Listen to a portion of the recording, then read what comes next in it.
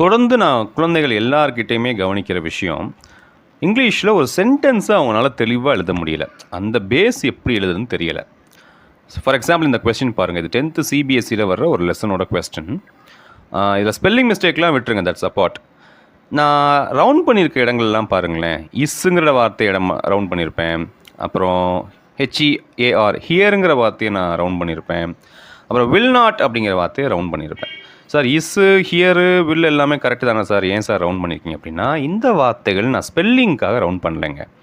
இது வந்து tense paste, அதாவது காலத்தை பொறுத்து தவறு பண்ணியிருக்கனால ரவுண்ட் பண்ணியிருக்கேன். ஏன் அப்படின்னா இங்கே பாருங்களேன். கிட்டி was a trusted friend to on. அப்போ இந்த வாஸ் என்ன சொல்லுது? இறந்த காலம், பாஸ்ட் இல்லைங்களா? ஆனால் ஒரு கேள்வியை பாஸ்ட் டென்ஸில் கேட்டிருக்காங்க. என்ன நடந்துச்சுன்னு கேட்டிருக்காங்க. நம்ம குழந்தைங்க பாருங்களேன், இஸ்ன்னு போட்டு நிகழ்காலத்தில் எழுதியிருக்காங்க. அப்புறம் ஹேர்டுன்னு வராமல் ஹியர்னு நிகழ்காலத்தில் எழுதியிருக்காங்க, தட் இஸ் ப்ரெசன்ட் டென்ஸில். அப்புறம் ஃப்யூச்சரில் வில்லுன்னு போட்டு எழுதி வச்சுருக்காங்க. இது எல்லாமே தப்பு. இந்த கொஸ்டின் முழுக்க எல்லா வார்த்தைகளும் பாஸ்ட் டென்ஸ்லாம் இருந்திருக்கணும். ஏன்னா கேட்கப்பட்ட கேள்வி பாஸ்ட். இது உங்களுக்கு சிம்பிளாக புரியறதுக்கு ஒரு எக்ஸாம்பிள் காட்டுறேன். இங்கே பாருங்களேன். நான் உங்ககிட்ட ஒரு கேள்வி கேட்குறேன். நீ நேற்று என்ன செய்தாய்? 3 பதில். நான் நேற்று படிப்பேன், நான் நேற்று தூங்குகிறேன், நான் நேற்று தோசை சாப்பிட்டேன். இதில் எது கரெக்டு? யோசிச்சு பாருங்கள். 3வது தான் கரெக்டு. நான் நேற்று தோசை சாப்பிட்டேன்.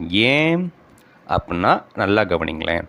நீ நேற்று என்ன செய்தாய் அப்படின்னு நான் கேட்டது வந்து பாஸ்ட் டென்ஸ் இல்லையா? கடந்த காலம், முடிஞ்சு போச்சு.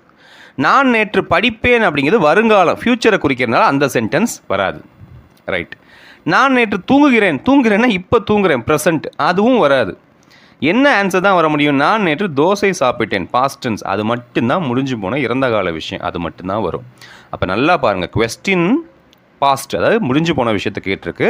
அப்போ ஆன்சரும் பாஸ்ட்டுக்கு மட்டும்தான் நம்ம சொல்ல முடியும். சரிங்களா? இது ஒரு ஈஸியான எக்ஸாம்பிளாக இருக்கும்னு நம்புகிறேன். ஸோ ஜென்ரலாக எல்லா கொஸ்டினும் மேக்ஸிமம் பாஸ்ட் ஃபார்மில் தான் கேட்கப்படும். இதை மேக்ஸிமம் குழந்தைகளுக்கு அதை எப்படி எழுதுறதுன்னு தெரியல. ஸோ இந்த எக்ஸாம்பிள் உங்களுக்கு ஹெல்ப்ஃபுல்லாக இருக்கும்னு நம்புகிறேன். நன்றி.